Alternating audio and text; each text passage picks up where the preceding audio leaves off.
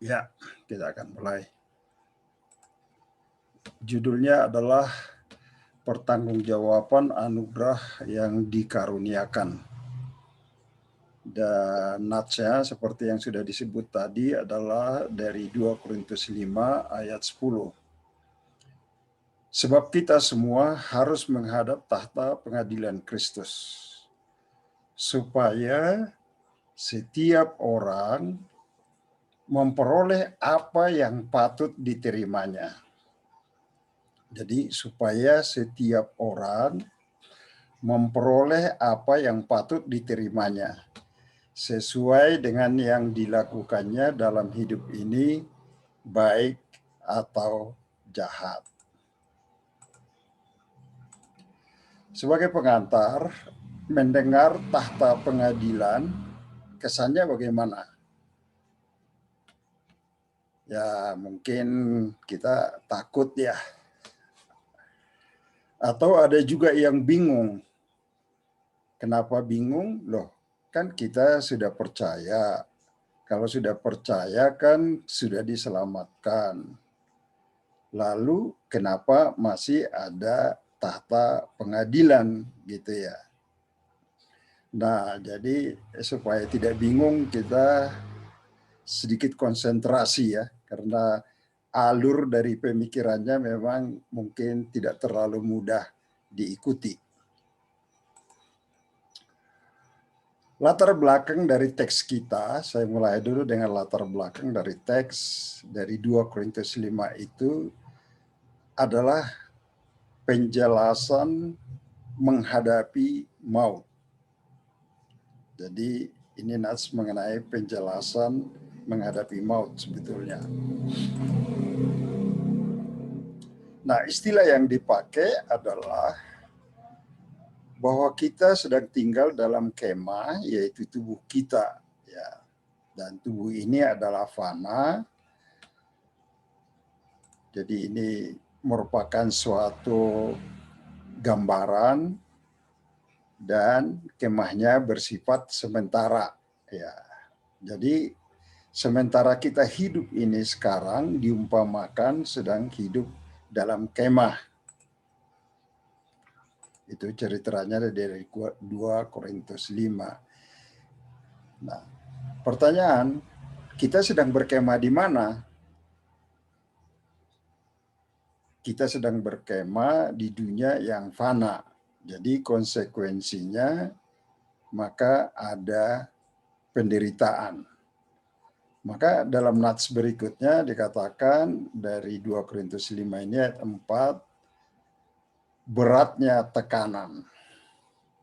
Jadi ada terpaan badai, berbagai kesulitan, dan dalam situasi itu kemah bisa rusak, dan pada suatu saat kemahnya akan roboh ya. Nah, itu artinya bahwa tubuh kita ini tidak akan berfungsi lagi alias mati. Roh meninggalkan kemahnya.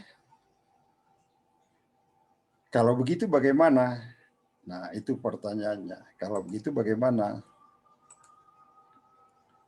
Nah, maka yang pertama dari perikop pembacaan kita seluruhnya sebetulnya bahwa kita harus berpegang pada pengharapan. Tuhan sedang menyiapkan kemah baru, tempat kediaman baru yang disebut tubuh rohani, tubuh kebangkitan, atau tubuh surgawi. Jadi kita ada pengharapan.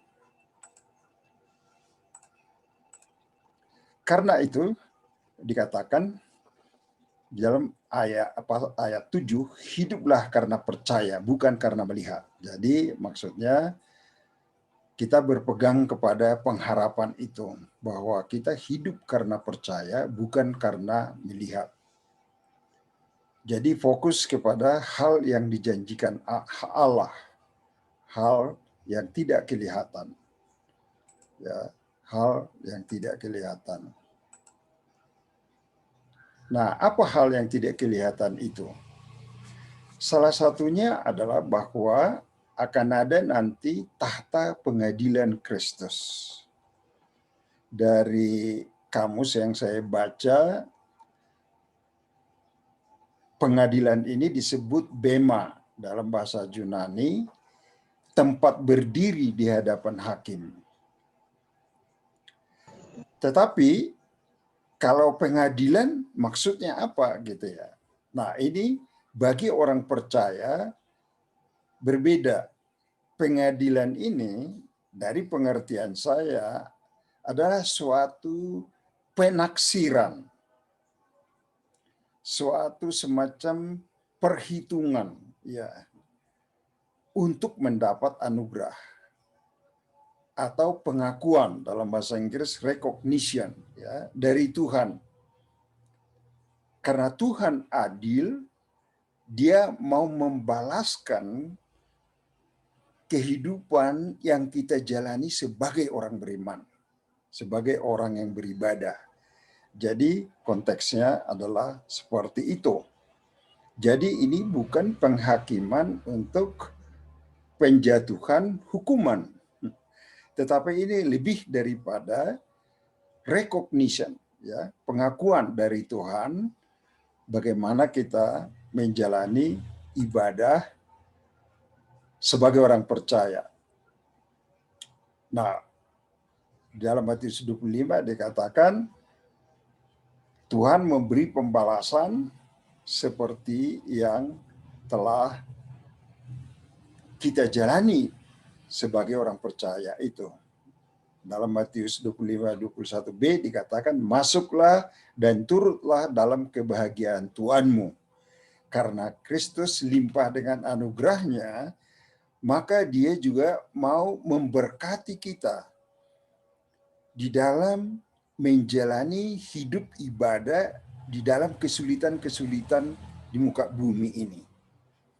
Oleh karena itu, ada yang menyatakan kalau kita menanggung salib, melalui itulah kita mendapat mahkota kehidupan. Karena Kristus limpah dengan anugerahnya. Nah, jadi kita masuk ke bagian yang ketiga, penerapan. Dalam ayat 9 dikatakan, karena ada pengharapan seperti itu, kami berusaha untuk berkenan kepadanya. Karena hidup berkenan itu akan juga mendapat anugerah dari Allah yang berupa upah bagi orang-orang yang bertekun, yang beribadah dengan sungguh-sungguh, dan dalam penyerahan kepada Dia. Jadi, itu yang dikatakan di dalam ayat 9, maka kami berusaha berkenan kepadanya. Nah, usaha ini tentu adalah dalam konteks seperti yang saya katakan tadi, ibadah. Jadi pengabdian kepadanya yang disertai dengan rasa syukur. Jadi ini bukan suatu ambisi pribadi, wah supaya saya dapat begini-begini nanti. Nah, itu motivasi yang keliru ya. Itu memacu egoisme ya. Tetapi justru kita bersemangat, kita menyelaraskan kehidupan kita dengan kehendaknya adalah sebagai ucapan syukur. Jadi itu terjadi semacam suatu kelimpahan dari kehidupan karena iman kita. Melimpah sebagai ucapan syukur. Itu. Nah, oleh karena itu dikatakan dalam Wahyu 3:5, barang siapa yang menang dikenakan pakaian putih. Nah, dari satu buku tafsiran yang saya baca mengatakan apa ini pakaian putih? Katanya itu simbol dari kedamaian, sukacita, kemenangan, kebahagiaan, kemuliaan yang kekal. Nah, kemenangan atas apa? Kemenangan tentu atas dosa, atas tantangan dari dunia ini dan segala nilai-nilainya yang kita taklukkan di bawah iman oleh karena kita hidup kepada hal yang tidak kelihatan itu. Tapi kita percaya gitu ya.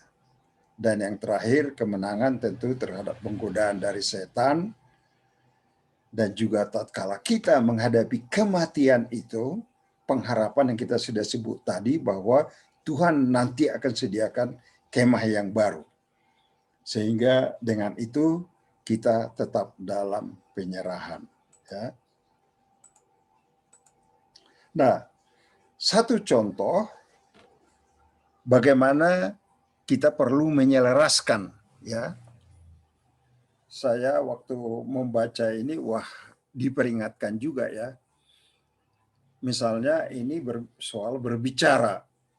Dikatakan dalam Matius 5:22, siapa yang berkata kafir, siapa yang berkata jahil, maka itu patut disediakan neraka yang bernyala-nyala.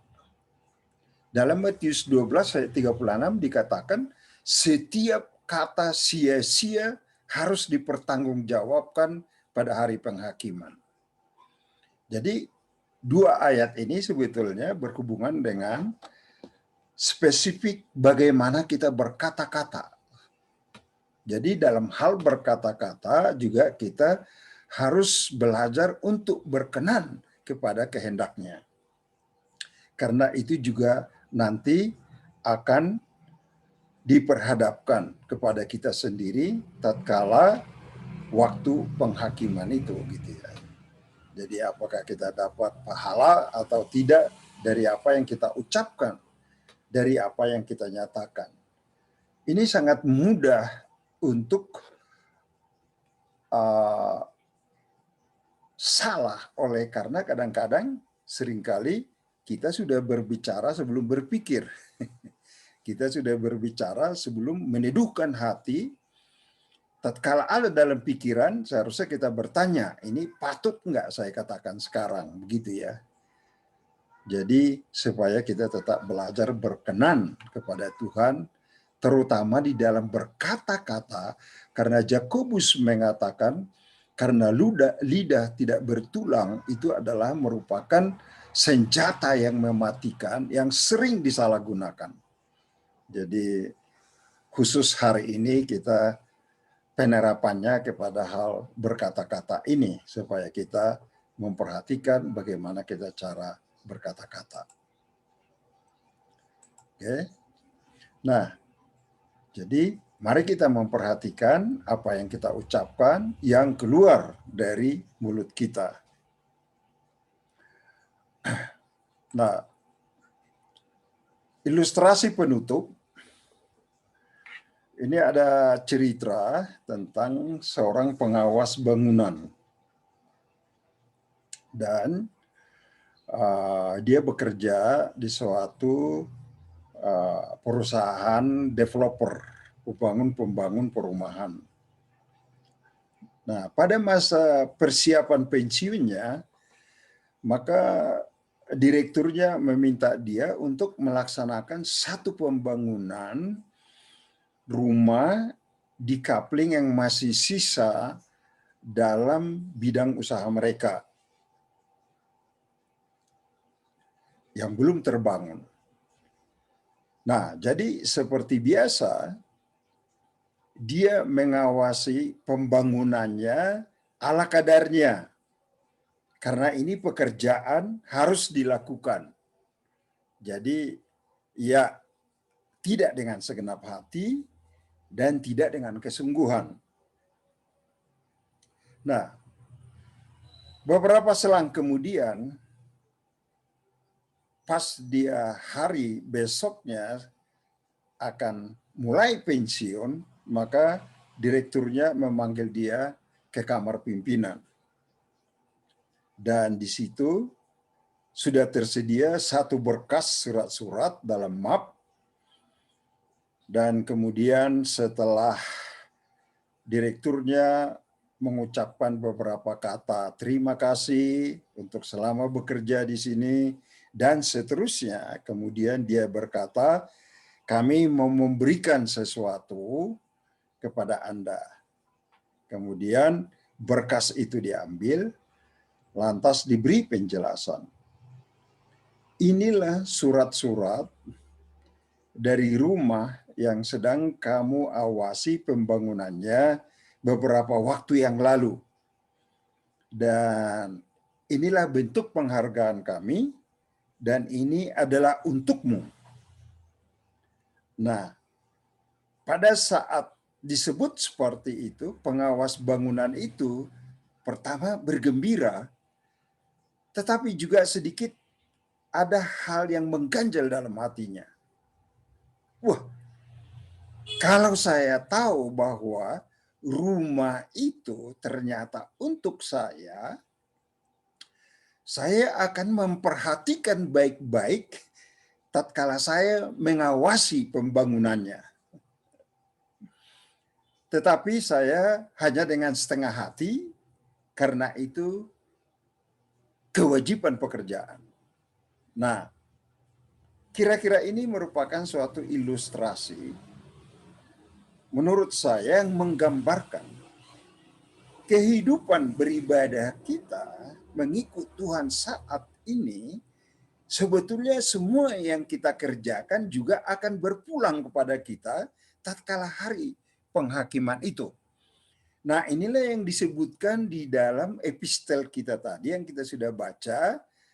Barang apa yang kau perbuat terhadap salah seorang daripada saudaramu yang kecil ini, itulah perbuatanmu kepadaku.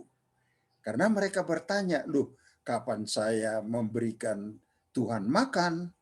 Kapan saya mengunjungi Tuhan di penjara? Kapan saya mengunjungi atau melihat Tuhan di dalam kesulitan dan penderitaan? Nah, Tuhan berkata, apa yang kau perbuat terhadap salah seorang dari saudaramu yang kecil ini, itulah perbuatanmu kepadaku. Jadi oleh karena itu teman-teman, ya, marilah kita dengan kesadaran di dalam menjalani ibadah kita. Karena kita pada satu saat, pada waktu recognition dari Tuhan, penyataan dari Tuhan, pengakuan dari Tuhan, mengenai bagaimana kita menjalani kehidupan kita. Di dalam Wahyu dikatakan bahwa ada buku nanti yang akan dibukakan, dan di situ dikatakan dalam Wahyu 20, setiap gerak kehidupan kita ada tercatat di situ. Jadi itu lebih canggih daripada komputer yang mega memori lah yang ada sekarang ini, ya gitu ya. Yang artinya merangkum segala sesuatu. Dan karena Tuhan yang adil, maka kehidupan kita yang merupakan ibadah persembahan kepada Dia tidak akan sia-sia, melainkan Dia akan memberikan suatu pengakuan, suatu penyataan, sabaslah hambaku yang setiawan, masuklah ke dalam kesukaan Tuhanmu. Dan mereka yang menang, dalam Wahyu 3:5 dikatakan tadi, akan diberikan jubah putih dari linan yang halus yang menggambarkan sebagai buah-buah kehidupan beriman oleh karena kita sudah ditebus oleh Tuhan. Amin. Mari kita berdoa. Bapa di dalam surga, kami bersyukur dan berterima kasih. Dari firman Allah menyatakan kehidupan di dalam ibadah kami kepada Tuhan semua juga akan nyata pada saatnya kami di dalam tahta pengadilan Tuhan. Menyadari akan anugerah yang Kau sediakan bagi kami. Berikan kami suatu semangat, berikan suatu ketekunan, berikan suatu keikhlasan untuk menjalani hidup ini. Senantiasa kami menyelaraskan kepada kehendak-Mu. Kami bersyukur, kami berdoa dalam nama Tuhan Yesus. Amin. Demikian firman Tuhan.